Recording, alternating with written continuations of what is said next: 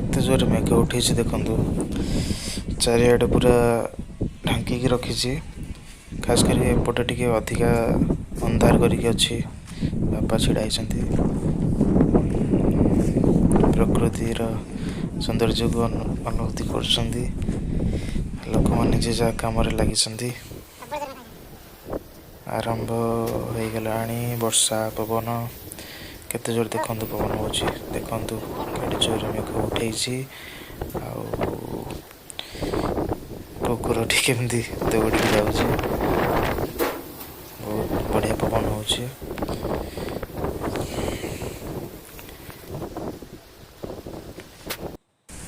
पवन balcony रे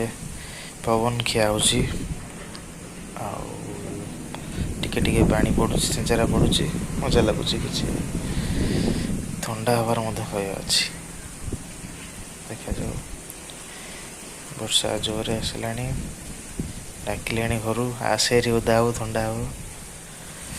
जीवारी आ late करवानी वर्षा पकेला जोर से